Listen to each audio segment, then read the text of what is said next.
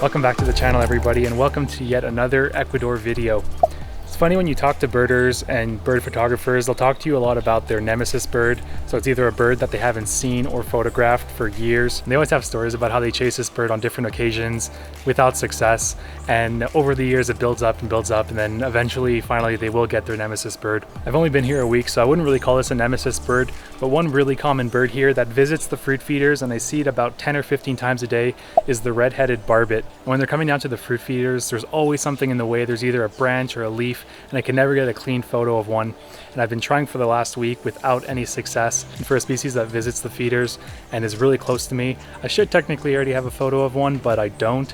And funny enough, this is our last day here, so I had pretty much given up hope at this location. I thought maybe the next lodge we're going to go to is going to have them in more abundance and there's going to be better opportunities to photograph them. But then this morning, as we're having breakfast on our balcony, we see a red-headed Barbet fly into a tree. This is our cabin right behind us, and it's about maybe 10 meters or so away from our cabin.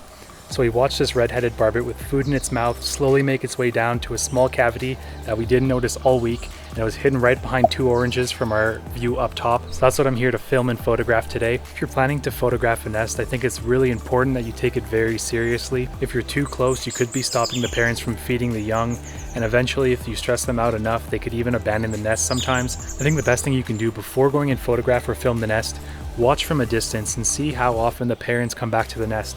If you see they come back, like these red-headed Barbets, every 15 to 20 minutes, and then you go set up, you can kind of time it and see, are they still coming back every 15 or 20 minutes? If it's been half an hour or 45 minutes, you know that you're probably too close and you should back off. But again, it's always better to stay further away no matter what. Even if you think that they're comfortable with you, no point to go too close. You can always get the shot from further out. So always be extremely cautious when you're photographing a nest. And another great indicator that you're too close is if you see the parents come in with food and they're not flying back to the nest and they actually fly off with the food, you know that you're definitely too close. Because when the parents come in with food, they have the full intention to go and feed their young. So the only thing that's stopping them from going to their young is if they think a predator is nearby and they don't want to out the nest. So they'll just fly off and wait at a distance until you leave. Well, it's time. Now I'm going to get set up. I'm going to see which angle works best, and I'm going to get in position and wait for the Barbets to come feed their young and hopefully get some photos and videos, so stay tuned.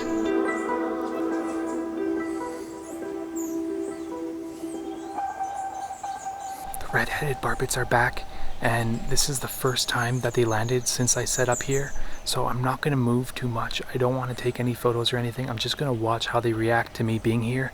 And they both have food, so they're both supposed to go into the cavity. And oh man, they're so beautiful. Oh my god, the red on the male is ridiculous. The female just went into the cavity and the male seems to be waiting for her to fly out. So I'm waiting for them to fly out. I just want to see. This is the first time. Like I said, not going to do anything, not going to move too much, not going to take any photos. And so far, if the female went in, I think it's okay. I think I'm at a good distance.